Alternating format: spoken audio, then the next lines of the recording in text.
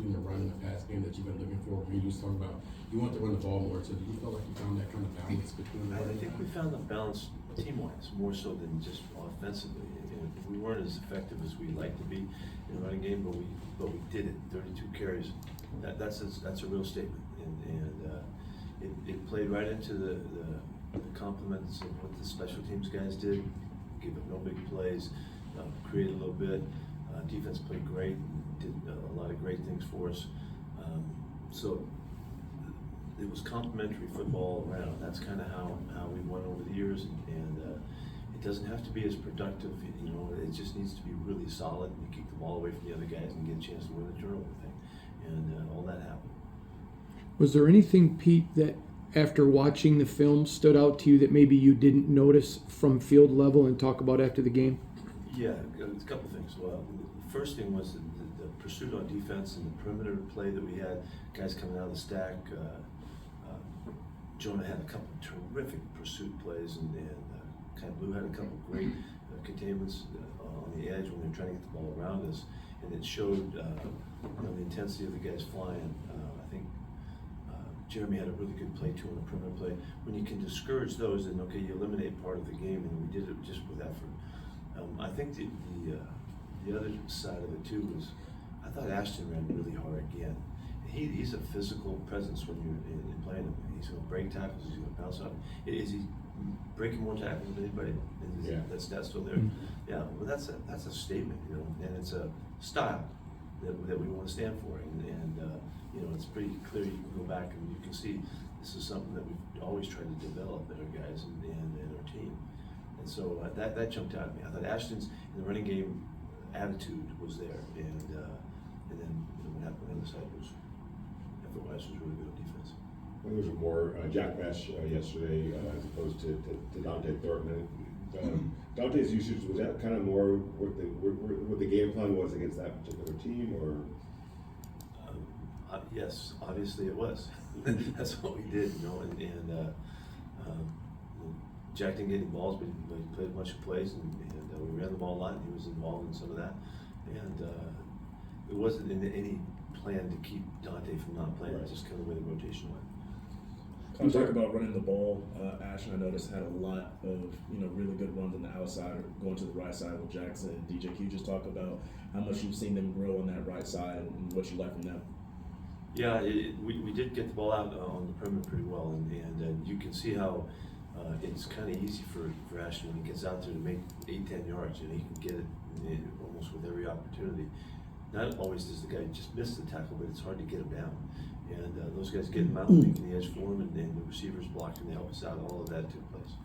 Turnovers and pressure has been something that's been an emphasis lately, and was able to get it yesterday. How big is that, not just for the game and the win, but moving forward for those defensive players? It is what we've been selling, that we're going to play like, and so it was good to be ahead in the game, and they forced the issue a little bit. And, play calling was such that we could take advantage of the opportunities, and the guys really executed really well. We were very clean on defense yesterday. Assignment-wise, principles, containment, those big issues were really dealt with in good fashion, and it gives you a chance to play good, but sit on top of the deep ball really well, kept them from making any explosive plays to speak of, and all that fits together. How valuable is it to take a win into Kansas City now? Say that again. How valuable is it to take a win into Kansas City, rather than just from a mental standpoint? Well, it's always really valuable. Yeah, it's positive and it feels good and all that. It happens to be Kansas City that's next, and so we'll do everything we can to prepare to come off this game clear-minded and really drilled into the challenge that they bring. It's a tremendous program that Andy's been running for a long time, and we're going to have to play really well to have a chance. But if we prepare well, we'll have a chance, and that's all we can ask for. I know you were hopeful about Brock Bowers last week. Does that increase a little bit this week? Would you say? I'm hopeful, yeah. But I'm looking after him. There's a big bye coming up and all that kind of stuff. An extra week, a couple weeks you get, before you have to come back. So I can't tell you. I'm optimistic always, but that doesn't mean we're getting it back. So you look at the long haul of it. It might be best for just to guarantee that he's full speed back. So we'll see how we do that. Pete, I was wondering, how is Aiden O'Connell progressing? as well as Lonnie Johnson. Yeah, both those guys are doing great. They're in their rehab. They both have beautiful attitudes about it. Lonnie's been battling; he's trying to get back down, and so it's kind of the same format of this week coming up. And the next week off gives these guys a real chance to guarantee and maximize their return opportunity. So, but they're doing well. Aiden's throwing the ball, Lonnie's on the field running, and it's just a matter of this week, next week kind of thing. So we're in good shape on those guys.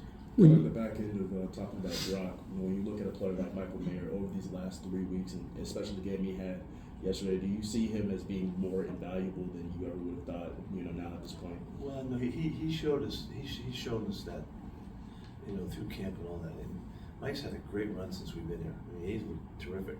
And when he and Brock are out there and he filling in, those guys, it's a great group. For Mike to come back and catch 5-6 balls, whatever it was yesterday, and score a couple of big third down wins and all that, that's what he's been doing. So you can see how hopeful we are for when Brock returns. Brock's one of our very best players, and it'll make a difference. But Mike's doing everything that we can hope for right now, and so I don't think that game was any. We've already been really high on him.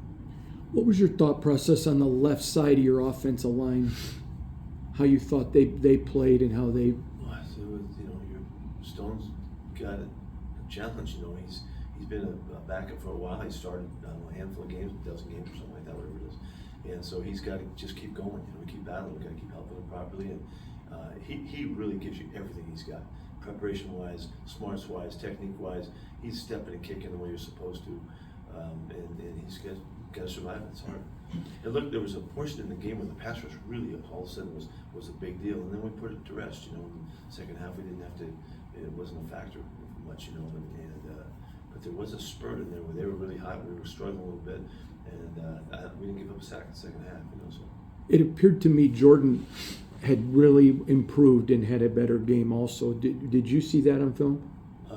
He was really solid. He's been solid throughout. There's times he gets in situations with enormous guys, and sometimes he's battling against it. But most of that is we have to be right. Be really precise about the way we help each other and our footwork and all that, so we don't create the little voids in there that can give guys penetration opportunities. But he's doing really well. He's a really solid player for us. Pete, it's been USC plays Notre Dame this week, and it's been 20 years since the Bush push. I was wondering, do you have any? What do you remember from that game? Do you have any memories? Man, I remember a lot from that game. Yeah. I've never talked to you guys about this before. I think so, man. Okay. What the heck? We got a couple minutes remember. That game in particular was one when their head coach really went for it. Because we were on a streak. We were winning games for a while, and so this is the stories I heard is that they sold out the night before the game. On their the rally that they had. And they brought Joe Montana back, and Rudy came back to speak to the crowd, and guy dressed up as Jesus showed up, and tried to bring home the power. The grass was about this high, and they wore the green jersey. They broke out the green jerseys. The place was berserk, and they had a great crowd that night, and it was a really tight game going back and forth.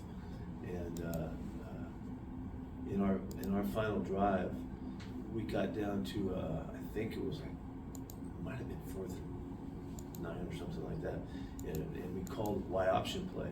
We'll throw the tight end to see if we can get the first down, and we called timeout, and Lane was upstairs, and Sark was with me on the sidelines, and as we're talking to Liner and telling him, okay, here it is, we're going Y option, and as he started to walk away, Kiff in the box says, hey, remind him about the blitz. If they blitz, we got a check that we're going to go to.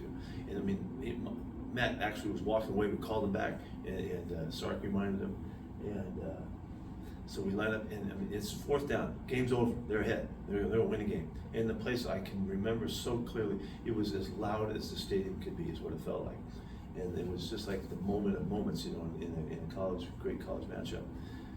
And so we come to line of scrimmage, and I hear Lane on the headset say, we got the look. They had the blitz look. And so then, is Matt going to see it? Is he going to check it? Sure enough, he steps back, and it starts to make the audible. I mean, how the guys could hear it, I don't know. But they went all the way from the wide run and the option route. He was now in protection. We were sliding the line, to pick up the blitz and all that. And Dwayne gets the route changed. Everything had to change in that moment. Couldn't have been harder. And sure enough, Matt hits Dwayne and he's running. And here he goes. He's going to win the game. He's going to score. And they run him down at about that 7-yard line or something like that. He gets caught. They thought we were going to win. And so a couple plays later, we have a situation that Leinart gets hit, and he scrambles down inside the 5 or whatever it was. He scrambles and he gets hit, and he fumbles the ball. The ball goes flying out, and the place goes crazy because they think they just won, but the ball went out of bounds, and so they didn't recover it. And I think it was like at the 2 or the 1 or whatever it was.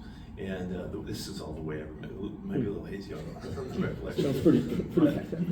But we get to the point where we have a chance to sneak it, and we needed to kill. We needed to kill the clock or sneak it, which we had combined in the play.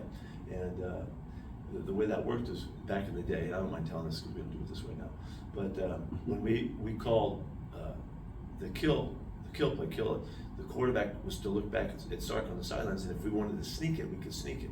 And he had to point at him. So we get down and we got, tell him to sneak it. So he points at Leinart, and Leinart looks at the line of scrimmage. He goes, like, there's no way, they're all jammed up. And he looks back at us, and Reggie yells something at him, go for it. And so he sneaks it, and we get totally stuffed. We make no yards at all. And as he started to slide, that's when Reggie was involved in it. He helped knock him in the end zone and kind of changed the fortunes. And so it was such an amazing finish because the whole stadium thought they won the game. And they rushed the field and all that. And then they had to clear the field, and then we come back and win the game after that. So it was about as sweet a finish as you could have in a great situation to keep the streak alive and all that too. Can we carve this out every presser and talk about something like this? Say it again. Can we talk about something like this every presser? Just carve out for a few minutes. If you want to do it, it's too much to talk about. But anyway, it was a great one. Pete, yes, I know there were some empty seats yesterday, but the crowd was extremely loud. The crowd was great. And there was a It helped moment us. where Tennessee got a penalty, and I think it was crowd related, and Yeah. you were applauding. It looked like you were applauding the crowd. I don't know. So, yeah. Were you? And could you Yeah. talk about, because that's how you're. Yeah. I know you're trying to reestablish the franchise and win the crowd. Yeah, because they factor in. They help win. They help you win, and we need them. And yesterday, wherever, I don't know how many people were there, but it didn't matter. The crowd was right there with us when we needed it. This is a classic setting, where we hopefully we're ahead in the game. They're trying to come back. They're trying to finish it. We're looking for our chance to kill the clock, and all of the things that happen at the end of the game are all connected, And so when they help us rush the passer because they can't hear the cadence, and you see how effective Max has been over the years, and getting off the line of scrimmage, all of that is all connected. So we play together, and I was thrilled to have that. It felt like the factor was there. I didn't care how many people were there. Did I see that right though? Were you applauding the crowd? It looked like it. Yeah. Special teams wise, Happened the last time we were here too. Alex Bachman, what he did on the punt returns, and Yeah. also just the punter, AJ Cole doing what he did. Let's if we give a moment here too. The special teams played great yesterday, and it's been a problem for us. We have not played the way we need to play, and we've been giving up too many explosive plays and all. And so yesterday they did their part throughout. Just to have a little burst a couple times on the punt returns was great. Remember, AJ has a sprained ankle. His ankle's still sprained, but he got a couple kicks in on Friday, showed that he could do it. Brunson did a great job, and we had in this game, a part of the game that I love, we had a couple opportunities to sink him back in there, and we did it, and we factored into how we played, and that was. So it really felt like a complete game for us, and with all kinds of areas to play better. Devin White had a great football game, and he had 4 tackles he missed, and I say that because he had a great game, and he'll be all pumped up about it, and he should be. But we can do so much better, and so hopefully try to make this start and get going. Speaking of Devin White, how valuable is it to have those veteran linebackers, Jamal, Devin, E-Rob, guys that have been through adversity? I really love the way they play, and E-Rob has a big factor in that. His style is exactly what we're looking for. Downhill, light you up, really aggressive, really a great communicator, and to make sure that we make our calls, take advantage of the opportunities. And the guys, I thought they played a really good game as a group. I agree with you, and I think Europe's kind of in the center of that, you know. And but that's three wild freaking football players. Those guys love to play the game, and it's fun to see them have that kind of game. It seems like their leadership also helps keep the rest of the guys in the locker room together. There's no question. There's no question. They're so driven, and you connect that with Max. We have a winning group there. We have that the defense can really play like that. That isn't a surprise. I think if had the scores been a little bit more in our line, been ahead and all, you would have recognized it even sooner. But remember that there was just a couple weeks ago, we were a fraction of a second off on the field goal to win that game too. You know, we just a hair late or whatever it was that that gave them a chance to block a kick. We're so much closer to being on the other end of it than it has appeared. It's why this game is important to us, to get this win and at home and all the rest of it. It is important as we take our next step forward. Hopefully we can capitalize on it. What are your thoughts on Coyote Blue Kelly's yesterday? Kind of bounce back game for him a little bit. He did a great job yesterday. Yeah, in conversations about his play and all. I thought it was a really good game plan that Pat put together to make sure that the corners were really a factor and effective. He's a really good football player. You guys continue to see him make big hits and tackles. He'll continue to do that. We have hung him out. He has been out there on his own somewhat earlier in the year. We helped him a little bit more with some of the calls, and that's just a general part of our mix. But he's such a good football player. He shows up when you give chances. The perimeter passes he makes the big play on. A couple tackles he had, a tackle on the tight end on the sidelines was a gorgeous play. So we'll count on him to keep coming on. Back to those veteran linebackers, Pete. They're having a big impact on Tommy Eichenberg. How much does it help him as a future player having those guys today? No, it is. And Tommy got a dozen plays or so yesterday. Did a nice job when he had his chance. They're such good symbolic type of linebackers. I mean, they really talk to talk and walk, and physical as hell. And you can't ask for more in terms of setting the tone and what's expected and all that. So. Tommy can jump in anytime and play for us. He's ready to go. You guys good? Okay. Thanks a lot, Pete.